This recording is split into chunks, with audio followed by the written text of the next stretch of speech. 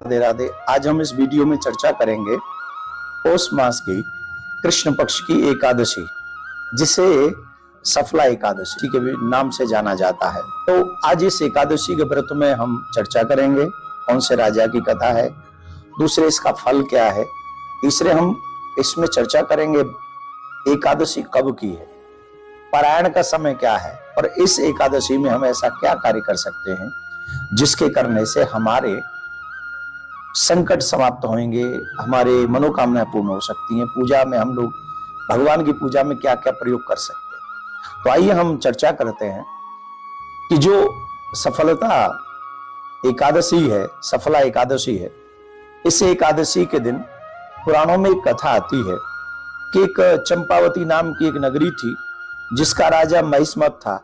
उस राजा के 5 पुत्र थे और 5 पुत्रों में जो सबसे बड़ा बेटा था वो बड़ा चरित्रहीन था और चरित्रहीन दुर्व्यवहार करने में बड़ा माहिर था।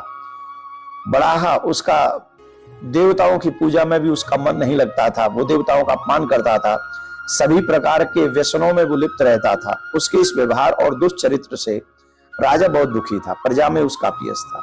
तो एक दिन राजा परेशान होकर उन्होंने अपने उस राजा को अपने राज्य से निकाल दिया, निष्कासित कर दिया। और जब राज्य से उसे निकाल दिया तो वो दुखी रहने लगा। अब पेट भरने के लिए वो क्या करे, पेट भरने के लिए वो फिर चोरी करने लगा और इधर उधर चोरी करता। तो एक दिन सिपाहियों ने पकड़ लिया चोरी करते हुए, और जब चोरी करते हुए जब सिपाहियों ने पकड़ लिया तो अचानक से पता चला ही तो राजा का ही बड़ा बेटा है। तो सभी लोगों ने दया करके उसको छोड़ दिया कि हमारे महाराज का अपयश न हो, इसलिए उन्होंने छोड़ दिया और बहुत बुरा लगा उनको। तो जब इस बात का पता चला तो उसको भी गिलानी हुई बड़े राजा के बेटे को, और वो वन में चला गया और पीपल के पेड़ के नीचे जाकर बैठ गया। वो 10वीं की तिथि थी, 10वीं तिथि थी, उस दिन उसे कुछ भी खाने को नहीं मिला। और एकादशी तिथि को वो बड़ा दुखी था, परेशान था, वो क्या करे, खाने को कुछ मिल नहीं रहा था। और वो गया सुबह वन में गया, फल फूल लेकर आया। जो फल मिले वो भगवान के उसने फल लिए और फल लेकर वह पीपल के पेड़ के नीचे बैठ गया और भगवान विष्णु को याद करने लगा। पीपल के पेड़ के नीचे, वो भगवान का वास है ही पीपल में, तो पीपल के पेड़ के नीचे रख के भगवान विष्णु की याद करने लगा और कहने लगा मेरे अपराध क्षमा कर दो, मैं पापी हूं, मैं दुष्ट हूं, जो भी है। उसने भगवान से प्रार्थना की और क्षमा मांगी। तब उनके फलों को भगवान ने स्वीकार किया, क्योंकि उस दिन एकादशी थी। व्रत रखा, उस मतलब कुछ खाने को मिला नहीं, फल ही खाए थे, तो व्रत रह गया। भगवान विष्णु प्रसन्न हो गए और सद्बुद्धि प्रदान की, जिससे उसके पिता का कोप जो था वो भी नष्ट हो गया। और उसको बुलाया और उसे बुलाकर उसी को राजा बना दिया गया और फिर उसने धार्मिक राजा बनकर अपनी प्रजा का पालन पोषण किया। तो ये तो एक सफला एकादशी व्रत करने का फल है। अगर हम और आप अधिक से अधिक इन एकादशी व्रतों को करेंगे तो हमें इसका बहुत बड़ा पुण्य मिलेगा, लाभ मिलेगा। तो आइए हम समझ लेते हैं।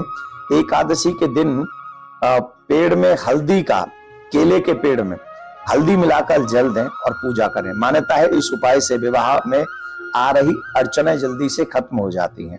तो केले के पेड़ में हल्दी मिलाकर आपको अभिषेक करना है। अपने अंदर सकारात्मक विचारों का समावेश करने के लिए भगवान नारायण को केसर से मिले हुए दूध का भोग लगाकर शाम के समय घी का दीपक जरूर जलाएं। ऐसा करने से आपके अंदर सकारात्मक विचारों का समावेश होगा।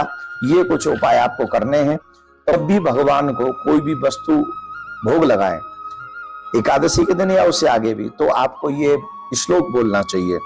त्वदीय वस्तु गोविंद तुभ्यमेव समर्पये ग्रहण सन्मुखो भूत्वा प्रसीद परमेश्वर। इस श्लोक को अवश्य उच्चारण करें जब आप भोग लगाने जाएं। सफला एकादशी में भगवान विष्णु की पूजा की जाती है और पीले वस्त्र, पीला रंग कुछ न कुछ भगवान को अवश्य अर्पित करें।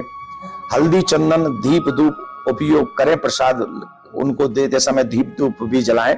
तुलसी की पत्तियां चढ़ाना बेहद शुभ है, लेकिन एकादशी के दिन तुलसी की पत्तियां तोड़ी नहीं जाती, इससे पहले ये करना है।